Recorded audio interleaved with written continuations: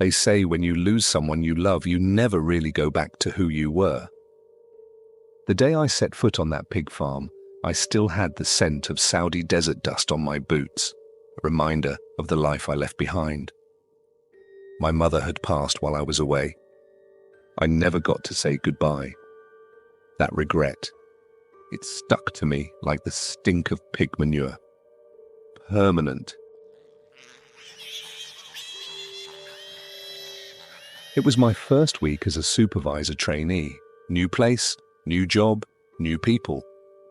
But the ache of loss followed me like a shadow I couldn't shake. Still, I pushed forward.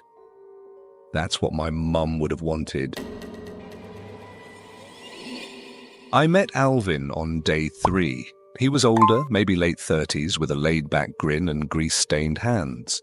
A technician, but felt more like a big brother. "Stick with me, Nell," he said. "This department's where the real action is."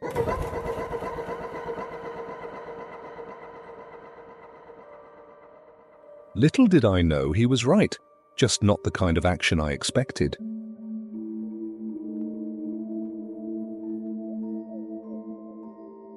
I started showing up early, real early. I wanted to learn every inch of that barn, every machine, every procedure. It was just past 4:30 a.m. The fog still clung low like the earth hadn't finished sleeping. I walked past rows of pens, grunts and snorts echoing in the dark. "Alvin," I called out. Nothing. But then I saw him. At least, I thought it was him. Same height, same navy overalls. He moved with that lazy but purposeful stride Alvin had. I followed quietly, assuming he didn't hear me. He turned a corner past the feed room. I followed. He slipped behind the door of the tool shed and vanished. "Yo, Alvin!" I called out, confused. Then a firm grip on my shoulder. I spun around. It was Alvin. "Been calling your name for 2 minutes, man. You okay? You look like you saw a ghost." I didn't answer. My heart was hammering. Who the hell did I just follow? The next day, Alvin didn't show up. Later that afternoon, word spread. Alvin had a stroke. Collapsed in his kitchen, paralyzed, just like that. I stood by the tool shed that night, staring at the door where the doppelganger vanished. A strange silence filled the air. The pigs were quiet. Too quiet. I started dreaming weird things. Waking up at 3:17 a.m. every single night. I heard footsteps outside my bunk, shadows just past the window. Once, I thought I saw Alvin's figure standing near the fence, just watching. But Alvin was in the hospital.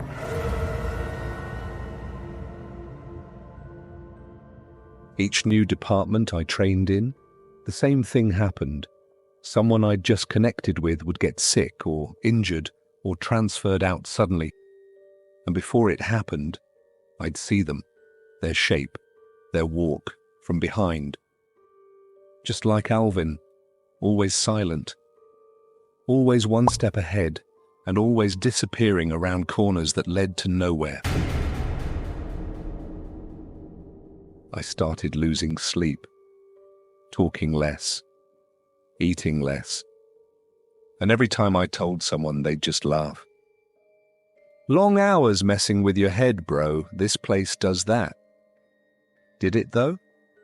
Or was something doing it to us?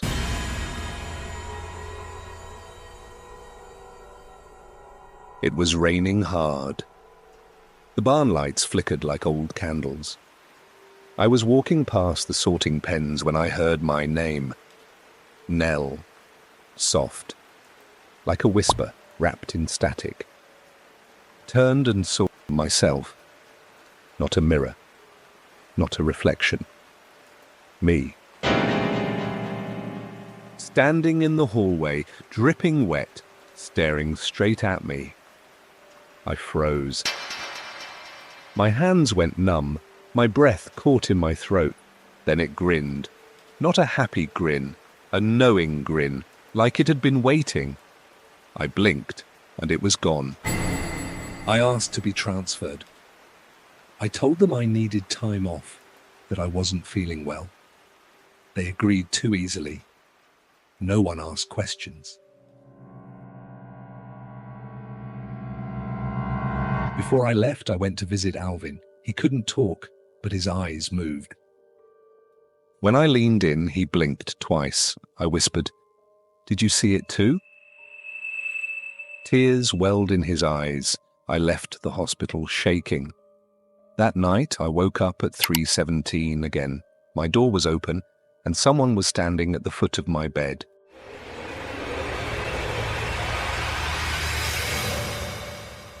Want to know what's next? Subscribe for the next part.